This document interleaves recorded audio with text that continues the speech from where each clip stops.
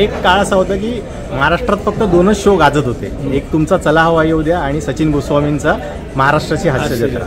तर सचिन गोस्वामींकडे तुम्ही एक डाव भटाचं हे नाटक केलं होतं, तर त्यांच्या महाराष्ट्राच्या हास्य जत्रात तुम्ही दिसणार का, अशी बऱ्याच प्रेक्षकांची विचारणा आहे. नाही, सध्या तरी काही नाही तसं, कारण मी आता मिळाला आहे ब्रेक चला हवा येऊ द्यापासून, तर त्याचा उपयोग जरा आराम करण्यासाठी घालवतो. परत थोडं रिलॅक्स करू द्या मला म्हणून नाटक करतो आहे मी. आता त्यांच्यासाठी मी आलो आहे रंगभूमीवर, तर प्रेक्षकात तिकडे या तुम्ही आणि तुमचं मनोरंजन करतो मी. नमस्कार, आपल्यासोबत आहेत भाऊ कदम, ज्यांना महाराष्ट्र कॉमेडीचे बादशाह या नावाने ओळखतो. आता ते एक नवीन नाटक घेऊन येत आहेत, सिरियल किलर. भाऊ, या नावात आणि तुमच्यात खूप विसंगती आहे, कारण तुम्ही सिरियल किलर वाटत नाही, तर याचं काय रहस्य?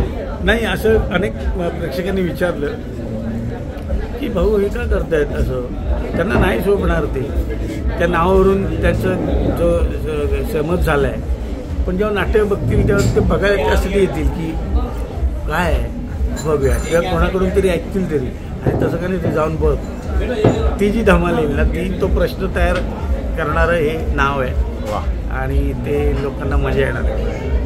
तुमचं एक रंगभूमीवर नाटक खूप तुफान गाजतं आहे, करून गेलो होतं, त्याच्यामध्ये तुमची सरपंचाची भूमिका आहे. तर या नाटकात काय अशी भूमिका आणि ह्याच्यात काय असले पंच वेगळे आहेत? नाही, याच्यातली त्याच्या जातकुळीचे नाटक आहे आणि त्या प्रकारे येणारे पंच, आणि ते मालवणी नाटक आपलं असल्यामुळे ते गावचे दिलखुलास बिंदास पंच आहेत, आणि हे वेगळे पंच आहेत, पण ते लोकांना मजा करायला लागतात. भाऊ, तुम्हाला लोकप्रियता चला हवा येऊ द्या या कार्यक्रमाने मिळाली, पण त्याच्या आधीचा तुमचा स्ट्रगल खूप मोठा आहे आणि तुम्ही खूप नाटक याच्या आधी केली आहेत, वेगवेगळ्या भूमिकाही केलेल्या आहेत. तर तुमच्या चला हवा येऊ द्या या प्रसिद्धीच्या आधीचा भाऊ कदम कसा होता?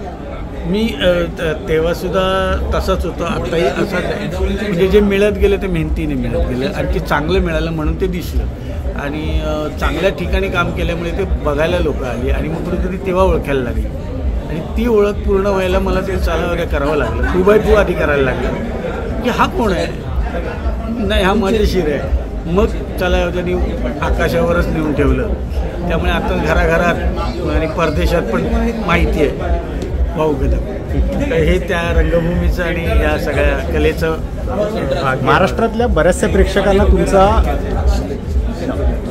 सिरियलचा आणि म्हणजे सिनेमाचा आणि चला हवा येऊ द्याचा प्रवास माहिती आहे, परंतु तुमचा नाटकाचा प्रवास खूप कमी लोकांना माहिती आहे. तर सुरुवातीची पहिली भूमिका व्यावसायिक रंगभूमीवरची, आणि तो थोडा अनुभव सांगाल का प्रेक्षकांना? मी सुरुवातीला नाटक केलं होतं काहीतरी, ते एवढंच नावाचं होतं, आणि तो सुरुवातीचं त्याच्यात कोणी ओळखीचे म्हणजे आत्ताचे दिग्गज आहेत, पण तेव्हा काम करत होते ती मंडळी म्हणजे संदेश जाधव, सुनील जाधव, विजय निकम ते स्वतः काम करत होते, अनुपमा ताकमोगे, हे आत्ता तुम्हाला दिसतं ते सगळे तेव्हा काम करतात. त्यांच्यात तेव्हा मी नवीन होतो एकदम, तिथे सुरुवात होती.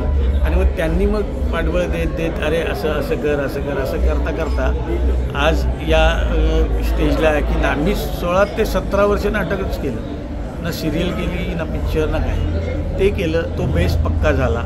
आत्ता म्हटलं मग करू शकतो या गोष्टी, त्याला वेळ घेतला प्रॉपर. ऐकलं की सुरुवातीच्या प्रयोगांचे तुमचे जे होते त्याच्यामध्ये त्या नाईटमध्ये तुमचं गाडी भाडंही निघत नव्हतं, अशा परिस्थितीत तुम्ही रंगभूमीवरचं प्रेम म्हणून 16-17 वर्ष तुम्ही काम केलं. त्याबद्दल काय सांगाल का? म्हणजे मला आठवतं की बाबा फक्त ट्रेनचं तिकीट आपण काढू शकत होतो त्या पैशात, आणि बाकी 11 नंबर म्हणजे पाय चालत इकडे जा, थिएटरला तिकडे जा, हेच करू शकत होतो. म्हणजे डोक्यात रिक्षासुद्धा यायची नाही किंवा इथून रिक्षा करूया ना लवकर, काही तो विषयच नाही ना, दिसायचीच नाही. म्हणजे आपल्या घरी जर अन्न नसेल तर मला स्कोडा गाडी दिसणार नाही ना कधी, विषयच येणार नाही लांब लांब. तर तसं होतं ते, काही संबंध नव्हता रिक्षाचा. बस आपली, नाहीतर बाबा रात्र काढायची ट्रेन गेली तर स्टेशनवर. खूप वेळा काढली दादर स्टेशनवर रात्र, आणि ट्रेन गेली, नाटकाचा परत उशिरा संपला. आता काय करा, बसून राहा, मग पहाटेची पकडून जा घरी. मग कधी कधी गेलो आहे, बॅग ठेवली आहे आणि परत निघालो आहे दुसऱ्या ह्याच्यासाठी.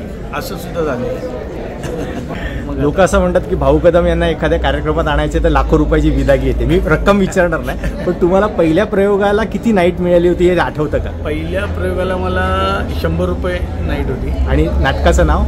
एवढंच ना. एवढंच. आणि त्यानंतर 150, मग 250, आणि मग ते परत 50 वाढवा म्हटल्यावर राग द्यायचे. अरे रे एवढं थोडी असतं. म्हणजे म्हटलं आता काय आपलं नाव नाही, आणि आता नाव आहे तर आपण बिदागी मागतो तर ते मी हिंदीवाल्यांना देतात. बरोबर. तुम्ही वाटेल तेवढे पैसे द्या, मराठी तू का इथेच दिसतो म्हणून. हा जो आहे ना, हा प्रकार करू नका.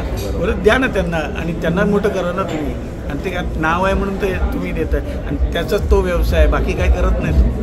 बरोबर बरोबर. मी असं जसं आता महाराष्ट्रातील बऱ्याचशा तरुण कलावंताचं एक तुम्ही प्रेरणास्थान आहात, की त्यांना असं वाटतं की आपल्याला जर एक विनोदी भूमिका करायची असेल किंवा ॲक्टिंगमध्ये यायचं असेल तर भाऊ कदम हे आपले आदर्श आहेत. तसे तुमचे ॲक्टिंगमधले आदर्श कोण, आणि त्यातले विनोदी तुमचे आदर्श कोण, आणि त्यातले तुम्ही काय शिकलात त्यांच्याकडून? पहिली गोष्ट म्हणजे नम्रता, शिकणं सतत.